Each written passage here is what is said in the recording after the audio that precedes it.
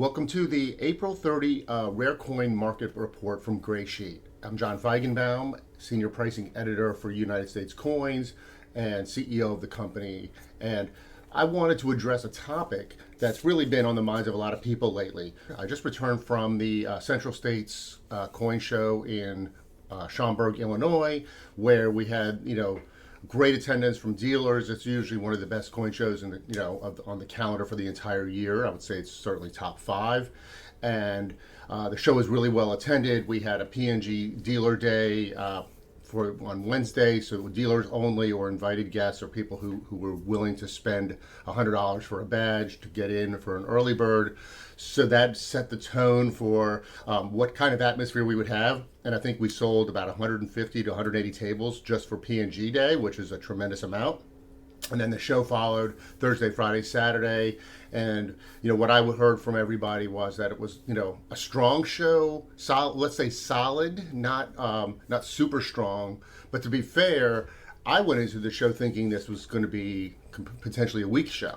Why? Because, there's just so much consumer uncertainty in the market right now. I mean, the broad market, that we're not sure in the rare coin business how things are going to be affected. Sure, gold is spiking at, huge numbers. We're around 3,300 this morning. We went as far as, I think, 3,500 at one point, or 30, and who knows where it goes. Gold is sort of an indicator at the moment of uncertainty in the world and things like that.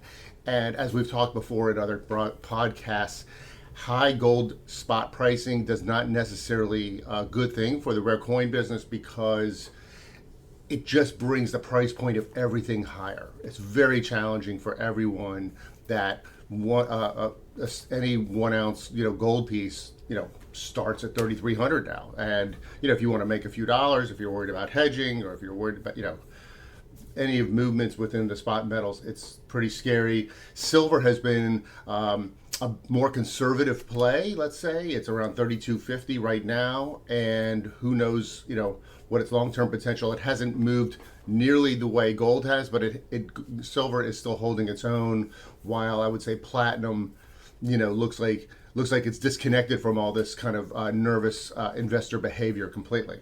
So if you're nervous about things, or you don't, but gold feels high, silver is a more conservative play.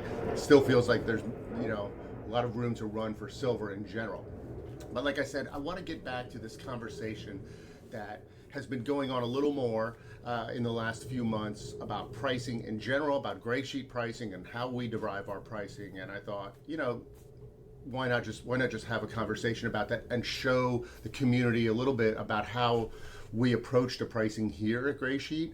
And that number is becoming more and more relevant as we use the Greysheet number to in our other publications. For example, the Red Book Quarterly, which is a quarterly publication with what we call the CPG values, or collector price guidance values. They're basically based on Greysheet values with a markup.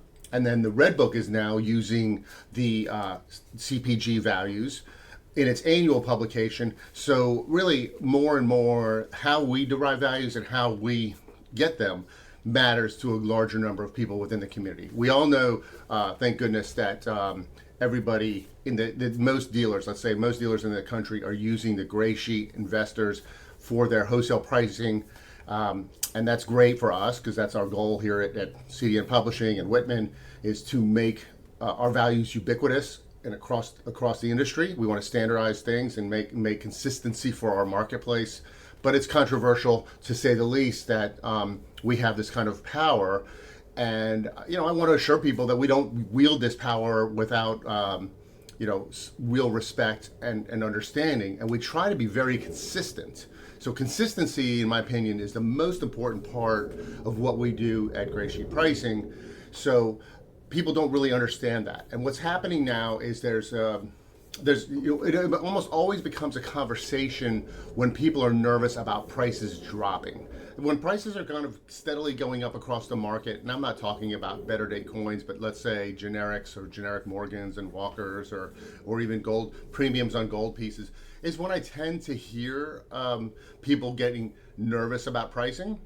So Yeah, I mean, it's certainly true that some coins are dropping right now, but that's always the case. So, for example, my biggest what I'm watching for generally in a tighter market, which is to say less new people coming into the market at the moment. Why, you know, everybody's feeling a little tight. The big investors, the big buyers who might buy pop top, registry quality coins that 67, 68 pop top coins that are like a little bit irrational in terms of how their value is compared to a 66 or a 65. We all see these kinds of coins in auction, and they go for big premiums over the one grade below it, and it makes no sense really to an outsider from the market. Why would an MS66 coin be worth $50 and MS67 be worth 1,000? It's almost the same looking coin in a lot of cases. So this typically goes to registry or people who come in who aren't lifelong numismatists and just say, I want to own finest known things.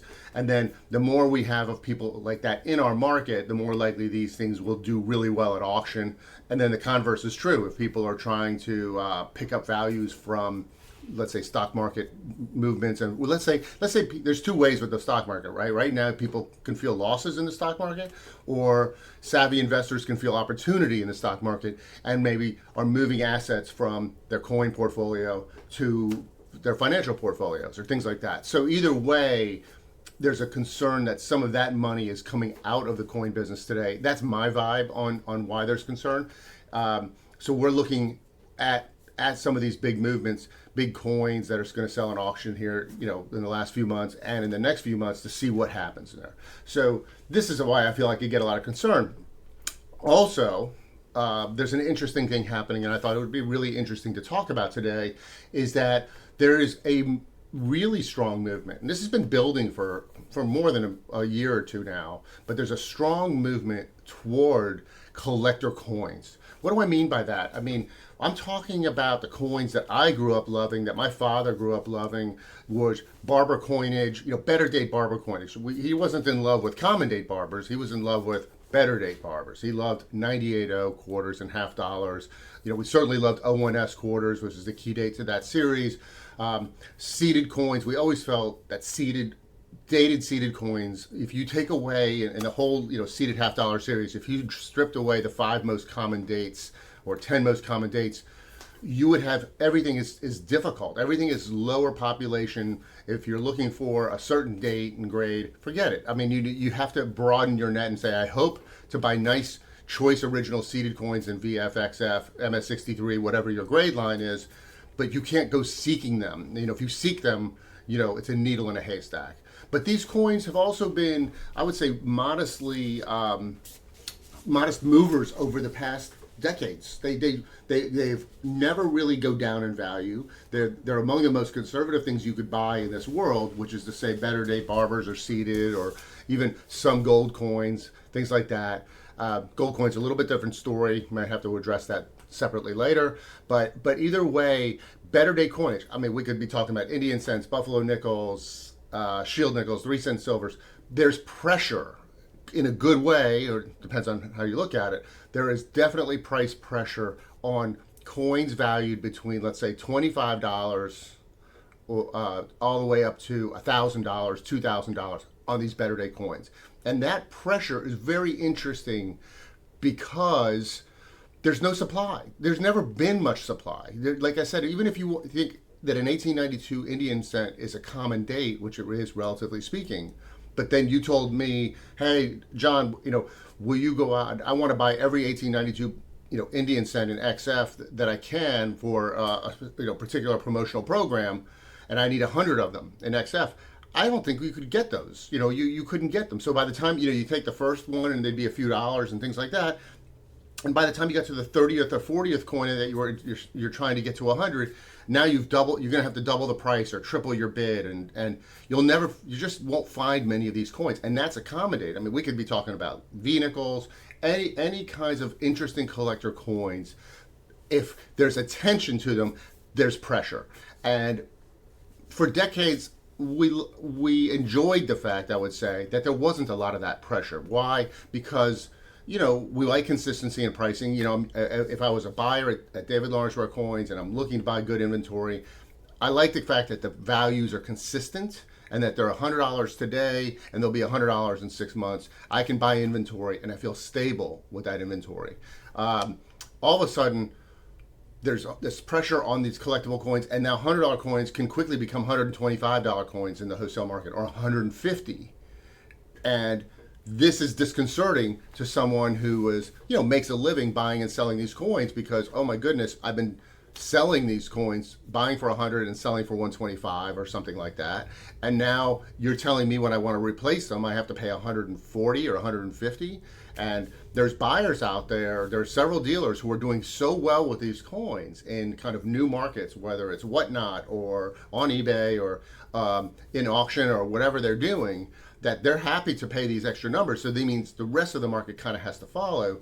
And it's like I said, it's a very interesting dynamic. And then I'll throw on the added variable of CAC coins, which is, CAC prides itself, whether it's stickering or in the CAC grading room, as kind of a next level, tight grading company. So as a tight grader, they are what we've also called in the trade the Littleton quality coins. Littleton is famously, it's a big retailer of coins, mail order, and Littleton has always been a super fussy buyer, like decades. This is nothing new to anyone in the trade, that a quote unquote Littleton quality coin is a choice original. They're very fussy. If you send them or show them 50 coins at a show, and you think that those coins are already pre-selected for Littleton, they'll still kick out 30% of them or something like that. They're extremely fussy. CAC grading, very similar in their standard. If they think it's been lightly cleaned, they're just not going to put a straight grade on it. If it's been scratched or rim bruised, anything, they're much fussier.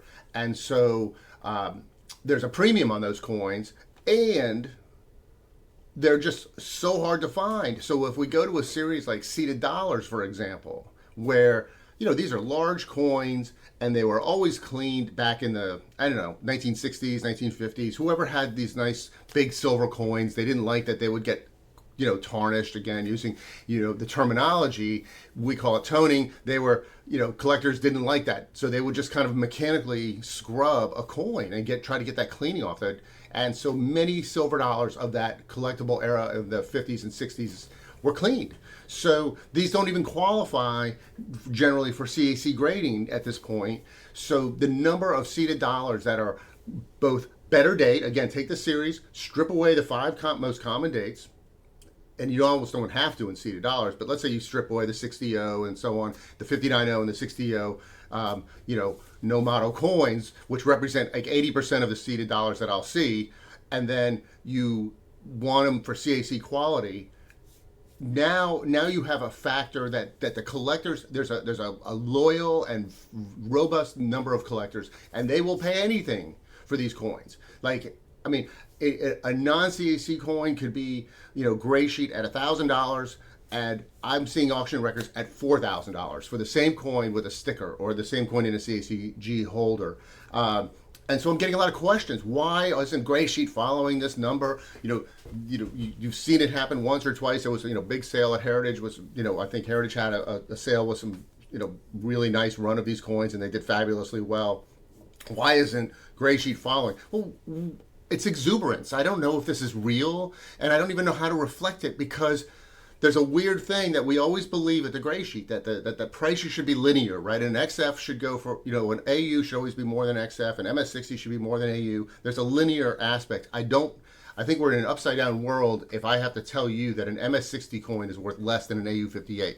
We see lots of AU58s sell for more than MS60s. Why? Because AU58s typically are could be like I would call it an MS62 coin with rub, right? It's like a lightly circulated, nice, an uncirculated coin with a little bit of rub, maybe from album friction, maybe where in the old days, the album page lines would slide across the knee of Liberty or the cheek at the highest point, and so that's what makes an AU58 traditionally. I think in CAC's grading standard, that's an AU58. If it's got rub on the highest point, it's AU58. So an MS62, so an MS60 coin is really an uncoin that has never been circulated and doesn't have that rub, but it's banged up a bit. Like, it has, the fields have show marks and things like that. So often an AU58 is a better looking coin than an MS61 or MS60 for sure. MS62s, we start wanting them to have the eye appeal of 58. That's my grading opinion.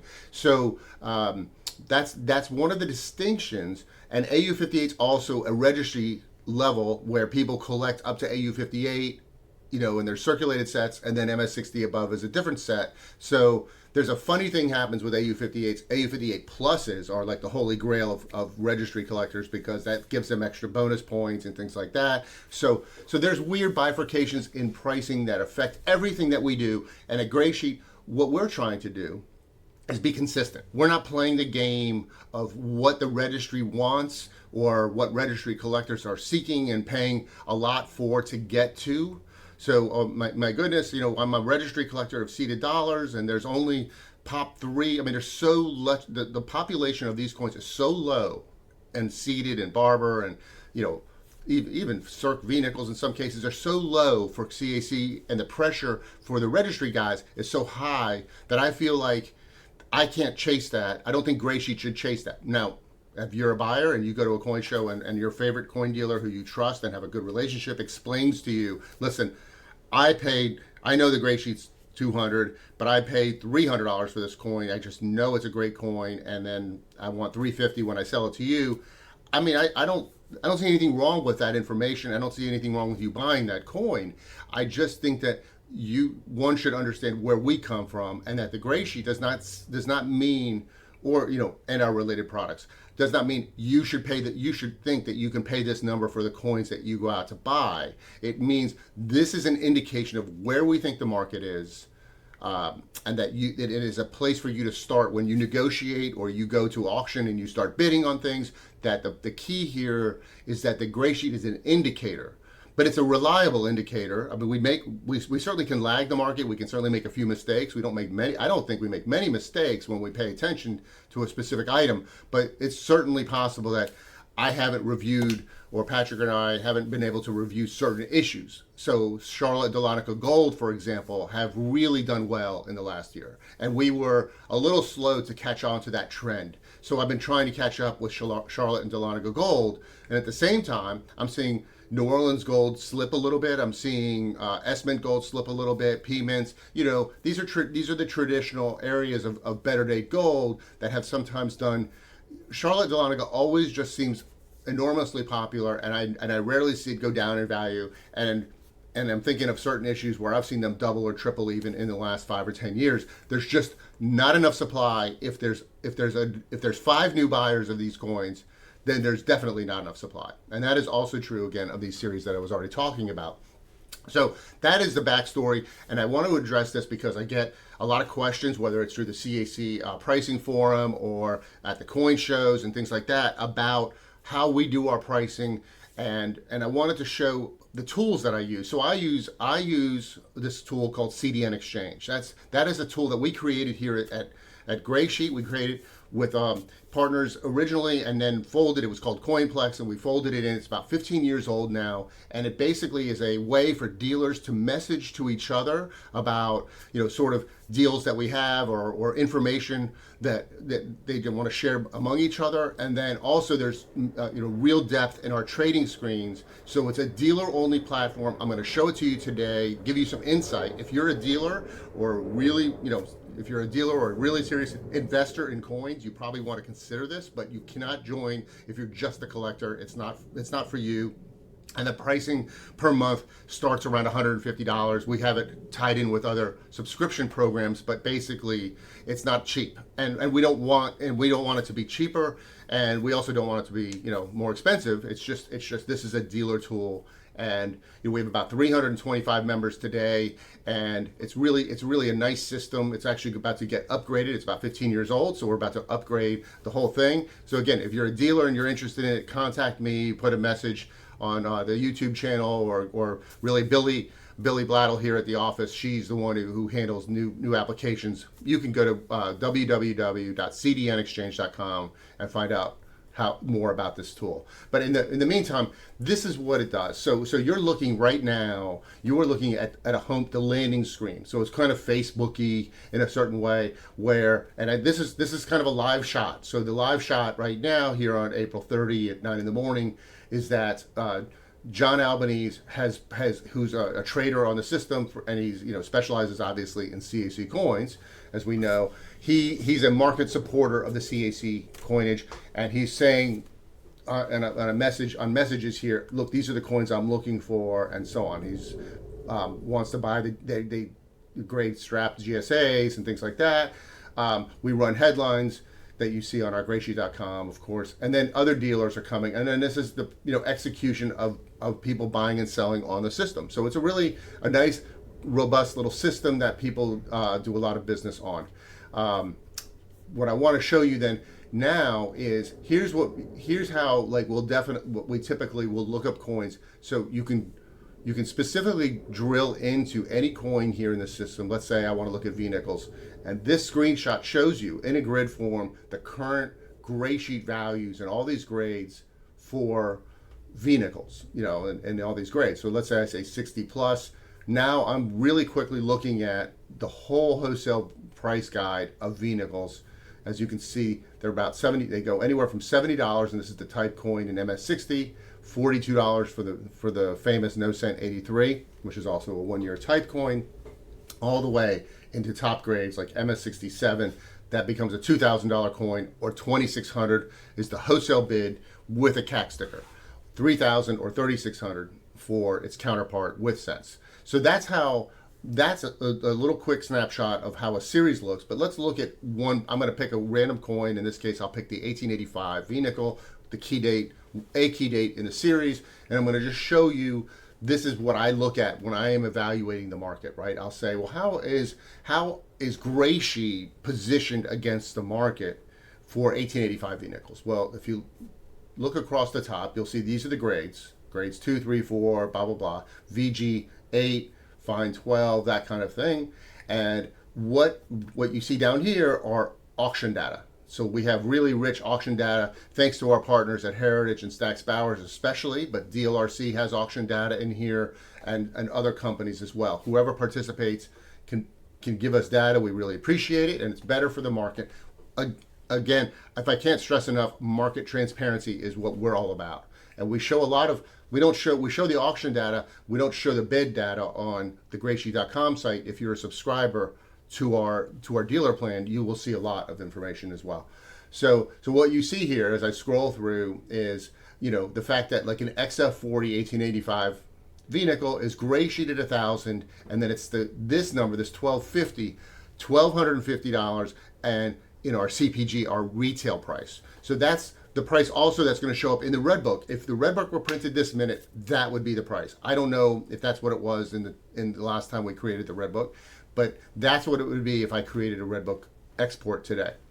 I compare that to, well, there's recent auction data that Heritage sold one in March of last year for $1,100, but if you hover over the coin, you see it's an old green label holder, and I think a lot of us know in this market, I'm assuming this audience is kind of versed in this thing, but that was an old green holder, and old green holders almost always trade over market. So it's fine. It makes sense to me that we would be wholesale at 1,000 for a newly graded 1885 nickel and XF versus 1,100 for an old one. In fact, like an old green holder to me feels like a current CAC holder. So we are wholesale at 1,200 for a CAC XF40 for the same coin, and if it were in if it had a CAC sticker or a CAC holder, the last time we've seen one that's traded auction was back in 2019. That's how scarce these are, and if you look here at the population line, which says there's just 5 of them. So both graded. We don't have the PCGS population here, but let's say PCGS graded also about 26 coins. That's 50 coins. And out of 50 coins, only 5 are CAC stickered or holdered. And in this case, we know they're just stickered because there's 0 holdered. That's what that second number is. And that means 10% of the population. That's how fussy CAC is. That's not always consistent, but fairly true. If we go to AU55, that number isn't quite true, right? 14 coins graded at NGC, 14 coins stickered at CAC. Again, I don't know the PCGS population, but if that's closer to 50% maybe of the population than it is 10%. These matter. These numbers matter. We also look, in my opinion, we look good on AU50, although it's been about a year and a half. I am sure, based on what I'm seeing, that you probably cannot buy an AU50 1885V nickel wholesale for $1,200. I think that what I'm telling you is that the collector market for these coins is rising, and if our bid reflects a 2023 number for 1885 nickels in AU, you're probably going to have to pay $1,300 wholesale to buy that coin. Just my opinion. I'm not out there buying coins every single day, but the prices are trending higher on key date collectible coins and even semi-key dates. So knowing the trend is your friend is something they say in the stock market. The trend here is that collector coins, as we term them, are doing better. I mean, I'm looking here and I say, okay, in September last year, an MS63 sold in a PCGS holder for $3,700. That's considerably higher than 3,300 Greysheet. But my dilemma at the time, what I'm figuring is that an MS64 also sold for $4,000. In May, one sold for $5,000. So I got challenges, right? I mean, this is me processing value and saying, what should the market be for a coin like this? I got to keep a spread. So that's why I didn't change anything here. I still like 3,300 vis-a-vis the fact that 4,100. We all know that usually auction companies put the highest end coins in the sale. They get good bidding. They do better. There's some bias towards nice coins in auction, but there's also randomness, and there's sometimes an entire collector says, here's my whole collection, good, bad, or otherwise. So I have to evaluate the market based on all of this kind of information. Here's a piece of information. We were Greysheet for an MS65 with a CAC sticker or holder at 8,000. And in April of this year, which is earlier this month, a coin sold for 7,800. So that's interesting to me. I love when data points are very close to our values because it tells me that we are accurate. And it also tells me that, we should reflect it. Small changes are nice to reflect better than big changes, but I will do big changes and small changes. I am not, I like to say, if we know there's a hurricane coming tomorrow, I'm not going to pretend there's only half of a hurricane coming. I'm going to reflect the market. So anyway, 7,800 is the right number, and because of my console, this is just only for the pricers here. We can update pricing in real time. So I'm showing you how I change pricing in real time for a coin. MS65 CAC 1885 nickels is now bid at 7,800. Boom. And we have other data we can reflect. I would also suggest to you, based on the number of coins that haven't traded, let's say in MS67, that we are too low at 20,000 versus a recent auction record of 21,000, so I can reflect that number as well. So I can increase the value of that coin. And that's what I will typically do. If I see coins to look at, I will try to look at all the grades. I don't just pick a single grade because, let's say, I get a lot of emails, I get messages on social media or wherever, and say, John, can you please review such and such? I will review it, and I will review all the grades. For members of our system, and also for people who are subscribers on Greysheet.com, you can actually request a review. And so members on the system could say, click this button, and they would simply say, please review MS65 CAC, and send me that message, and I will get it. We will get in a message saying, please bring this, please take a look at this coin. That is super helpful. I get it from a number of people, and I love it because I like to address exactly what's on people's minds. So, I want to show you one other thing that I do on a regular basis to do market valuation. And I think it's just, again, if you're a member of CDN Exchange, you probably aren't using this. And it's so cool way that not enough people know it. So there's a reports function here. And if you go to the reports function and you go to auction prices realized for coins, and then I'm going to pick a date range. First, I'm going to start with just this week. So I picked a date range here of 427 through 430. So this week. So there's a few auction records from Heritage this week. So I click the report, and here's what I see. So I see a small listing of coins. Actually, it's bigger than I thought. It's Heritage is a very busy company, has auctions all the time, and they do a really great job of feeding us this data.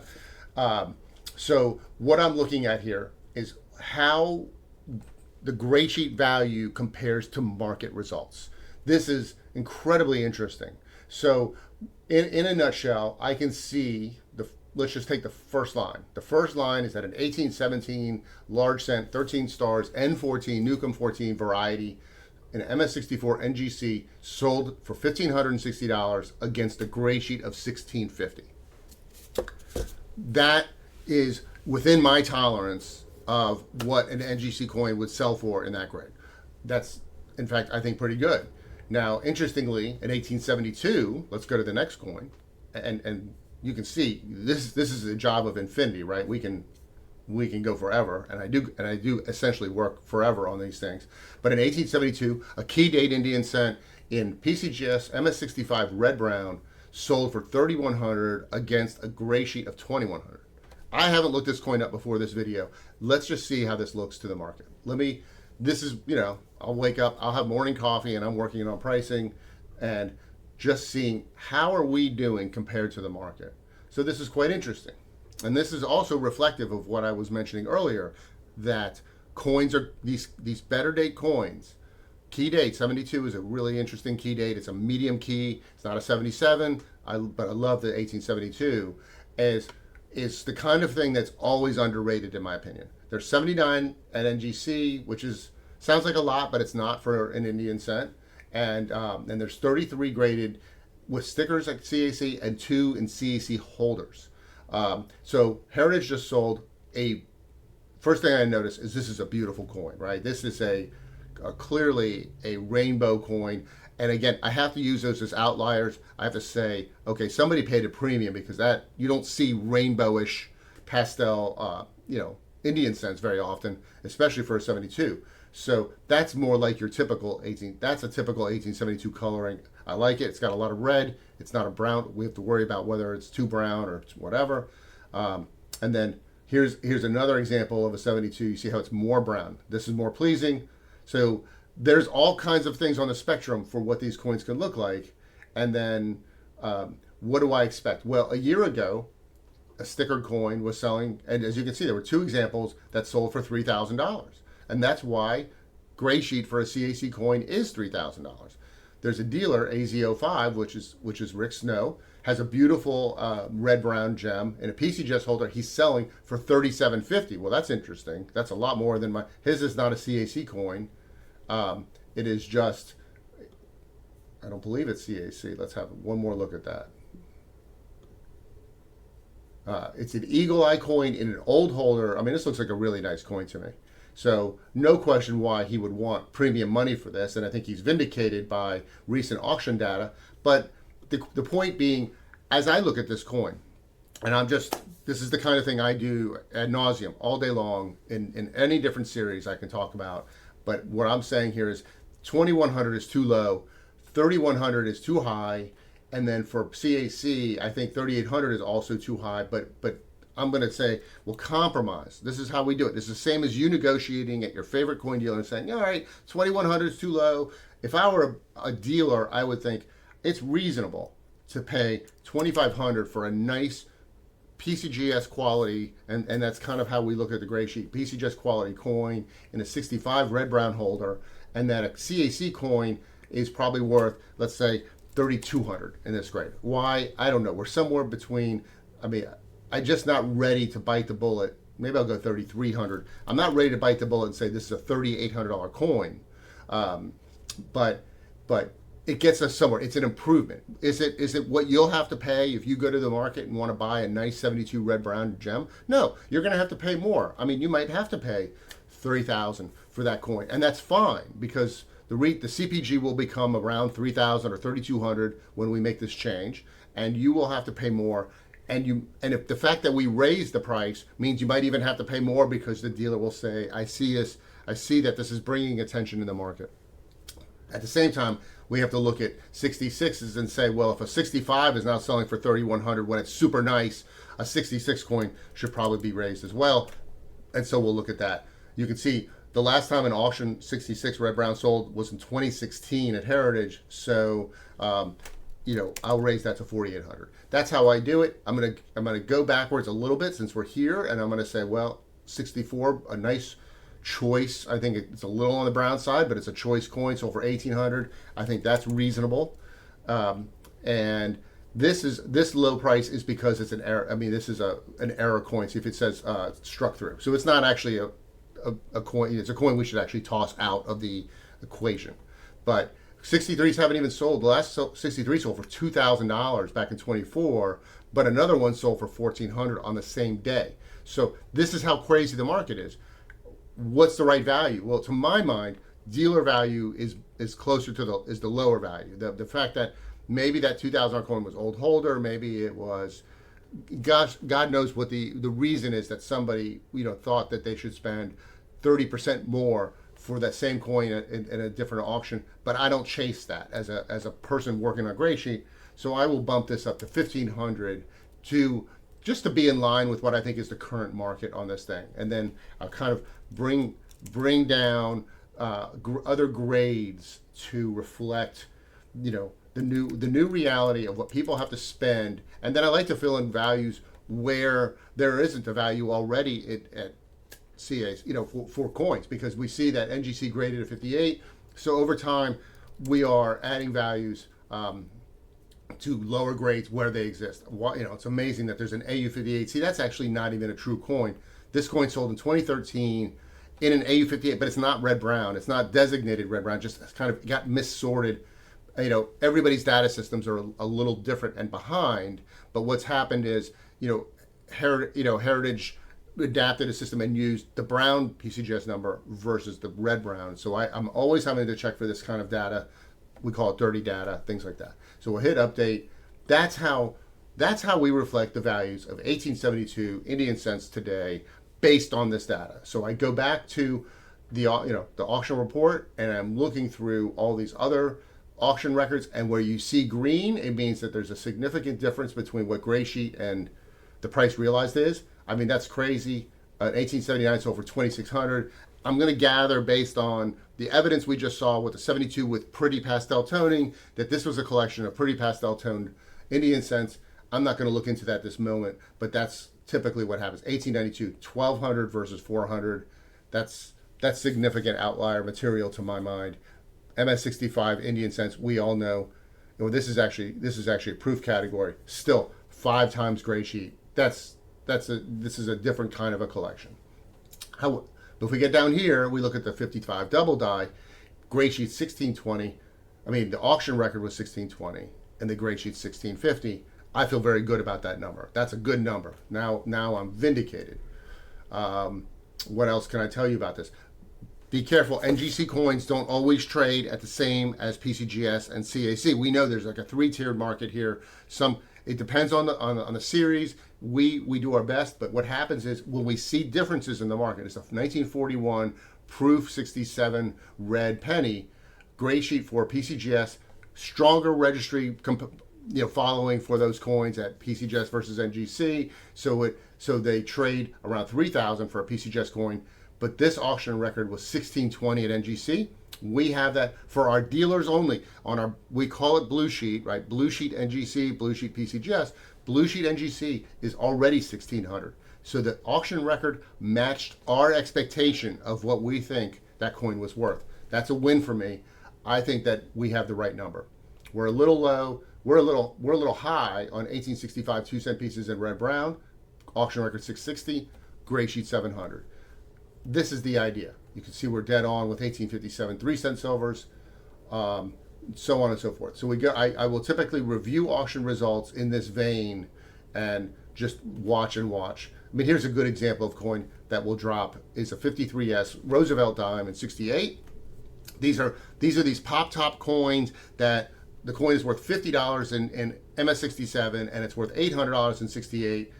Why? Look, the last auction record was 870. This is the same exact coin. Take a look at it. In 2022, it sold for 870. Today, it sold for 720. The market has dropped, and it's gorgeous, dead gorgeous. So now Greysheet 720. But you will also see, and CAC will remain. There's literally zero at CAC. It's not even worth talking about CAC because they haven't even stickered a coin or slabbed a coin in 67 of this coin. So what NGC though, and that's a very pretty coin, has sold for 260 last year. That's why NGC Blue Sheet is 260. So be careful when you buy coins and just want to use Greysheet or CPG. You are not differentiating between what is PCGS and what is NGC, and sometimes that can matter. Sometimes it doesn't. So that coin is now repriced. That's how we go through pricing, and then just to scroll a little further to get to I want to get to Silver Eagles. Clearly, this is a collection of colored coins, beautiful tones. Coins that are basically worth a silver ounce. 1996 Silver Eagle in 68 sold for 400. I'll prove it to you. This is a beautiful coin. Where are we looking for this auction record? There's one that sold for 144. So well over market for that coin. That's because it's got beautiful toning. Interesting data here that an PCGS 70 sold in October for $3,100 against $2,200 earlier in the year. We keep an eye on that. I think, we also worry about signature labels. We don't do pricing for signature labels, but this is how we arrive at pricing. This is how we review the system. And there's interestingly no gold coins in this particular data set, so I can't show you what dated gold looks like, but it's very similar. If you're a member of CDN Exchange, you have access to this in the system. You can see it. You just can't change prices, but you can see it, and you can see when we've dropped prices recently. This drops automatically because we use spot metal pricing to reflect to base a lot of coins on. So that's why there's minuses on these Silver Eagles in 68, 67. They just went down because clearly silver is down today. And those prices update every hour or so. So that's a little snapshot into how we do things and how we get to pricing. And there's one other conversation that has come up recently about how if I and Patrick would hire other people to help keep up with this market. And how do we keep up with this market? Well, this is how we keep up with it. We also pick up bids you can go on CDN Exchange, and now you can become a market maker. You can say, why do you say Greysheet's 500 for MS64 bar recorders? I would pay 550 all day long. So all you have to do is indicate that to us in our system so that you also indicate to the world that you'll pay 550, and then we know, and we're happy to reflect that. That is very important. There are the most market makers for CAC coins. There's several dealers, not only John Albany's, but Wittercoin and Legend Numismatics, and there's a handful of other dealers who specialize in, and they really just want these CAC coins. So they really solidify the baseline of that market. So if you want to know why CAC coins trade for more, a lot of times it's because there's market makers. So there's people saying, I will buy it. There's market makers for all kinds of things, Morgan dollars, generic gold, companies like Heritage and Stacks, regular rare COA make markets for, generic gold coins and things like that. So this is how we learn the market, and we get feedback from lots of people, and we travel to shows and I have conversations, but going back to this idea of hiring, let's say, interns or anyone to go to the market and just walk around a coin show or call people and say, what's hot today, doesn't feel like the right approach. It feels to me that we get bad information when we seek it in a direct manner. Well, if I ask dealer A, should bus dollars and XF be higher, he'll say, of course they should be higher. I mean, every dealer wants things to be higher. They have some. I mean, almost nobody wants things to be lower. So he'll say, of course. But then you say, okay, but how come if you know information, you say, well, how come I just saw one under a Greysheet down the aisle over there? Well, I don't like that coin. Well, that's not indicative then of the market, right? Because we want the Greysheet to be the tool where you can say, Greysheet's 5,000. Yours is really nice. I will pay more for the Greysheet for that coin, but I don't want to be too high to begin with at Greysheet. Greysheet is your starting point.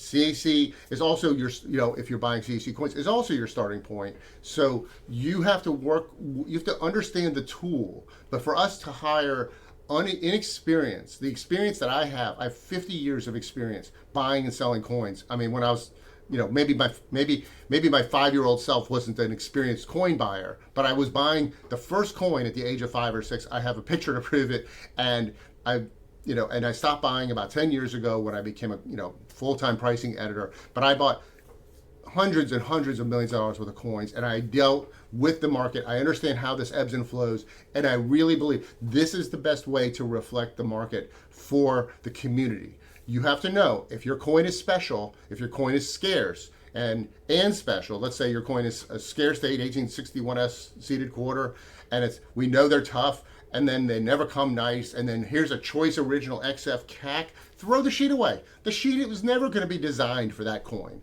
The sheet is not designed to reflect the tiny population of very special coins. We have to come up with some way to throw a single number on single coins, and we will never please the fussiest of buyers. Let's say, like our good friend Doug Winter, let's say, who loves original gold coins and things like that. Doug finds value in the Greysheet, I'm sure, but he's in his own world about, like, I know this is a coin I never get to see. I've never seen a choice 1861D gold dollar. Yes, it's a very rare, Civil War issue coin. We all know it's exciting and rare, but they kind of always come a little bit lightly cleaned and this and that because gold was cleaned up and put, stored that way. And if you see one that is like the choicest original coin, throw the sheet away. Right? Doug will not miss buying that coin because the Greysheet isn't the number he wants it to be. He's going to buy that coin if you were at all reasonable with him when you're selling it. So listen to good coin dealers. There's a lot of great coin dealers out there. Most of them are PNG members. So, shameless plug for PNG, but you should really talk to PNG members when you're buying coins, and then they will advise you and give you great information about how this market works, and work with a number of people if you can. Learn the market and the community and get to know this before you put a lot of your hard-earned money into this business. But there's some great opportunities, and we do really well when other markets get jittery.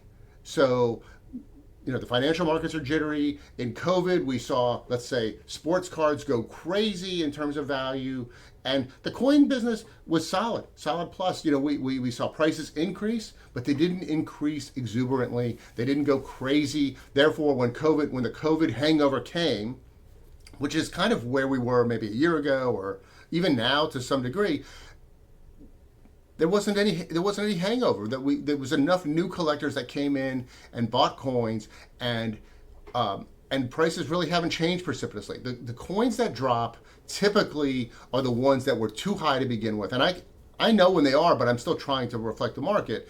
Again, like the Roosevelt dime we saw, it's $55 in MS67. It's $800 in MS68.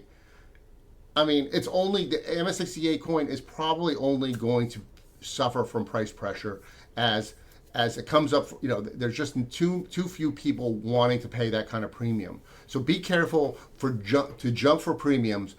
Buy classic coins.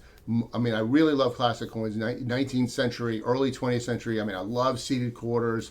I love standing quarters with full heads, not full heads, but the full head quarters with, be careful. Make sure it has a sharp full head. Everything you buy, learn what you can learn about. That's why I love this business. That's why I love that we're in the publishing side and we publish books on this thing. Of course, we published the Red Book, but we also publish dedicated books on all these other coin series so you can learn more and become a more educated consumer. Have a great day. Enjoy this coin market. I hope you do well, and put any questions you want into the messaging and I will answer them as fast as I can. Thanks. Appreciate your time.